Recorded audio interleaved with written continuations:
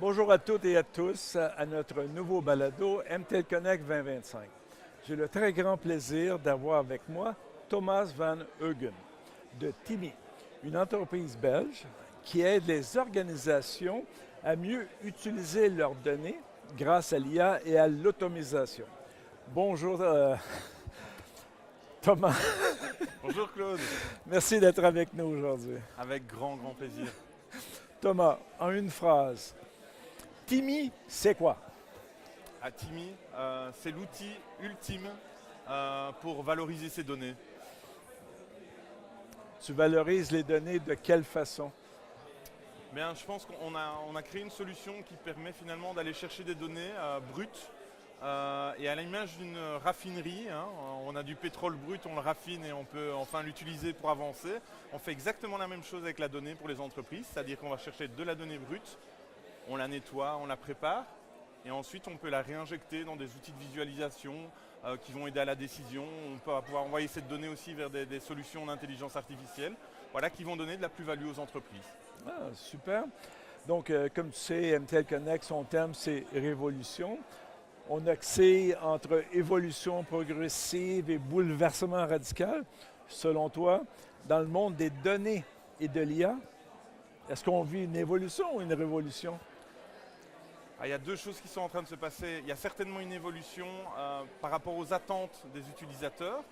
Je pense que là, on était sur une vague, là, les LLM, ChatGPT, OpenAI. On a l'impression que ça allait révolutionner notre monde, le monde de l'entreprise. Et là, je pense que les gens ont compris aussi que, pour certains cas d'usage en tout cas, il y avait peu de gains, peu de bénéfices et qu'il était peut-être parfois plus intéressant de s'attacher à des problématiques très précises, une verticale très précise. Et chez Timi, c'est clairement là où on intervient, puisque nous, on fait du machine learning automatisé, on fait du modèle prédictif. Et le modèle prédictif, eh bien, il a pour vocation de répondre à une question très précise. Absolument. Donc, est-ce que tu peux me donner par contre un exemple très précis d'une entreprise, d'un secteur, où est-ce que cette application est très visible avec des résultats concrets? Alors, on a pléthore d'exemples. Je prendrais peut-être un exemple on a travaillé avec un ministère fédéral et on a pu mettre avec le ministère de la Santé, les assureurs santé, enfin tous les acteurs de la santé autour de la table, on a pu mettre en place un modèle prédictif qui peut détecter le risque de diabète chez le patient avec une précision qui monte jusqu'à 92%. Wow. Et il y a des faits qui sont vraiment très intéressants parce que au-delà de faire des modèles prédictifs, eh bien, lorsqu'on reçoit les résultats de son modèle prédictif, on reçoit aussi un rapport. Et dans ce rapport, toutes les variables sont expliquées. Elles sont pondérées, donc on connaît les variables les plus fortes, les moins fortes. Et parfois aussi les corrélations entre des variables. Et ici, c'était assez marrant parce qu'il y avait une métrique qui revenait. En tout cas, si j'ai un risque de diabète après, je pense que c'était 42, 43 ans, eh bien, il y avait une métrique qui était immuable. C'est j'avais été voir 2 fois sur l'année mon ophtalmo parce que j'avais une baisse de la vue. Eh bien, ça, c'était le signal absolu que je rentrais dans un risque de diabète.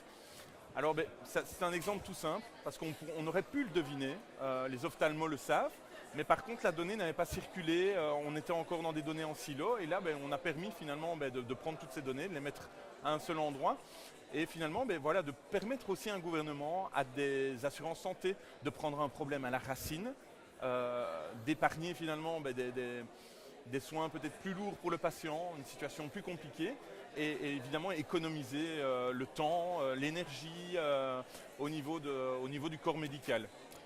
Mais, donc, évidemment, tu traites les données, mais puis on sait tous que l'IA promet beaucoup avec beaucoup d'attentes.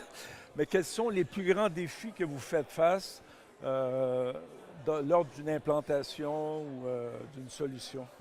Alors, peut-être le point le plus dingue qu'on a vécu, c'est un challenge de volumétrie où là, on travaille avec 3 pays africains. Et pour ces 3 pays africains, le challenge, en fait, c'était de pouvoir établir et de pouvoir réguler, savoir finalement, tiens, on a des acteurs télécoms sur nos territoires, ils nous déclarent un revenu, le volume des données est tellement important qu'on ne sait pas mesurer. Et donc avec Timi, on est capable en fait de prendre toutes ces données qui viennent de toutes ces antennes dans ces 3 pays. Ça représente plus de 40 milliards d'enregistrements, de records sur un mois. Et à travers ces 40 milliards de records, eh bien, on va parvenir à faire un tri en fonction de l'utilisateur, en fonction du télécom, en fonction du pays où l'appel a été émis. L'appel, le SMS, la consommation de data. Et on permet en fait, à ces États de pouvoir dire, OK, par rapport au volume que j'ai ici, eh bien, le télécom me déclare un revenu qui est cohérent. Ça, c'est par exemple la volumétrie.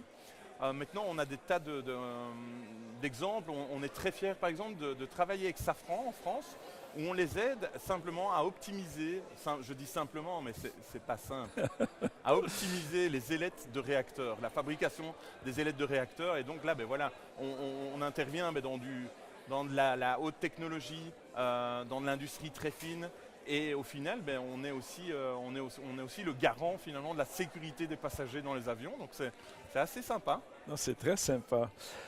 Si on se projette 2035, à quoi ressemblera la prochaine grande révolution dans ton domaine?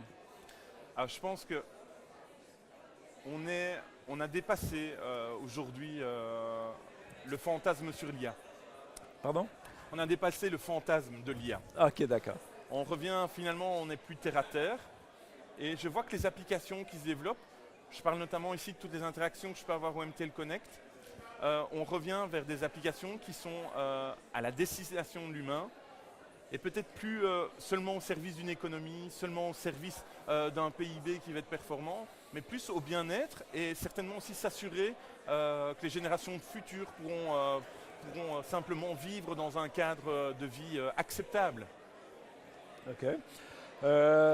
Tu mentionnes MTL Connect et évidemment, l'objectif de MTL Connect, c'est souvent de chercher à connecter, MTL Connect, donc on cherche à connecter des entreprises québécoises à l'international.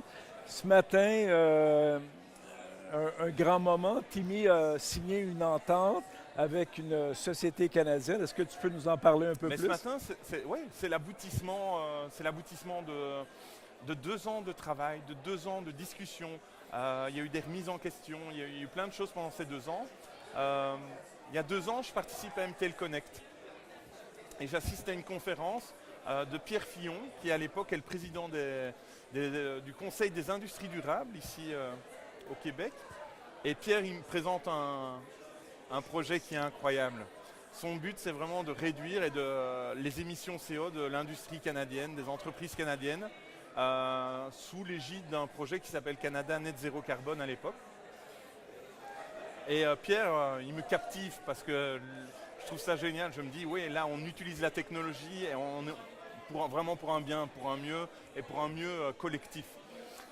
Et dans son exposé, Pierre me dit, pas à moi, rien qu'à moi, mais en tout cas, moi, ça résonne très fort en moi. Son gros challenge, c'est qu'il se rend compte qu'il va devoir équiper une multitude d'entreprises qui ont une multitude de systèmes, qui ont une multitude de types de fichiers, qui ont une multitude de manières de travailler. Et lui, son gros défi, ça va être de normaliser toute cette donnée et de pouvoir la rendre utilisable pour des analyses et pour des conseils. Et là, évidemment, ça résonne. Ça fait plus que résonner. C'est notre core business. C'est notre core business chez Timi. C'est cette faculté à aller chercher de la donnée à droite, à gauche. Ça peut être de la donnée industrielle, de la donnée médicale, de la donnée gouvernementale, de la donnée dans un CRM. Ça peut être de la donnée... on peut vraiment se connecter à tout et normaliser cette donnée et aussi automatiser ces flux de données par la suite. Et donc, Pierre termine son intervention. Je vais le voir, on discute. Le contact est pris. On a en 5 minutes, on est persuadé qu'on va bosser ensemble. Ça, c'est quand même assez incroyable. Non, on ne s'est pas quitté pendant 2 ans. Les projets sont jamais simples à mener. Pierre a traversé aussi des périodes, mais on s'est dit c'est pas grave. On tient bon. On sait qu'on doit travailler ensemble. On sait qu'on doit trouver une solution. On a été créatifs, on a été intelligents. On a trouvé des partenaires. On s'est entouré. Et aujourd'hui, notre projet, il va voir le jour sous le nom Good for Global, avec beaucoup d'ambition, On espère un go-to-market pour une première phase ici au mois de janvier 2026. On va commencer avec un target de 500 entreprises. L'année suivante, on en prendra 2000. L'année d'après, on en prendra 10 000. Donc voilà. Et on va faire ça pour un bien commun. Le but après, c'est même d'aller au-delà du Canada. Bien sûr. Les résultats, on est sûr qu'on va les obtenir. On va connaître les bonnes méthodes pour aider les entreprises à baisser leurs émissions de CO à travers l'analyse de Timmy, l'expertise des équipes de Pierre. Et le but après, ce sera d'aller voir à la COP d'autres pays et leur dire, voyez, on a fait ça au Canada, on a des résultats, alors vous faites quoi? Super. Voilà. Félicitations, Thomas. Merci. Pour terminer, révolution numérique, en une phrase, c'est quoi pour toi? Pour moi, la révolution numérique, c'est rassembler cette puissance du numérique au service de l'homme. Au service de l'homme dans son travail, au service de l'homme dans sa vie de tous les jours, au service des patients, au service de la nature, au service de nos enfants. Voilà, pour moi c'est ça la révolution numérique, c'est utiliser cette puissance dans la bonne direction. Il faut juste qu'on calibre encore un tout petit peu, mais je suis certain qu'on va y arriver. Je serai calibré, fantastique. Merci beaucoup Thomas pour cet échange. Merci Claude, très heureux. Bonjour, merci à toutes et à tous, à la prochaine.